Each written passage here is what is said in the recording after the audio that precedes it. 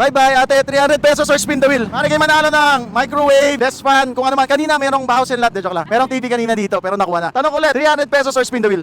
Spin. Ayan, kaway kayo. Kita tayo sa TikTok. Ayan, makikita kayo sa TV5. Joke lang. Saan kayo makikita? Tulpo. Ay, hindi naman. Sobrang kamote. Ate, dahil dyan, spin mo na. By the way, lahat ng prices pala dito ay galing kay HMR. Ano kayo makuha ni ate?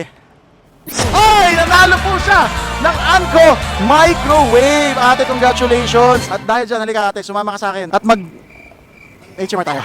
Okay, ito na pala ang ating winner ng Anko Microwave. Yan, ang gaganda naman po ate. Thank you po dun sa napadalunan namin ng microwave. Okay, paano ang gagawin nyo ate? Dalawa kayo, isa lang ang microwave. Sa kanya po yung plato. Sa'yo.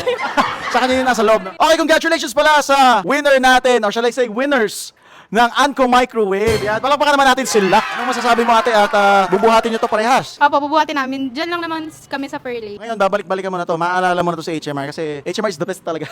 Okay, maraming salamat ate. Ikaw ba may gusto ko pa sabihin? May gusto ko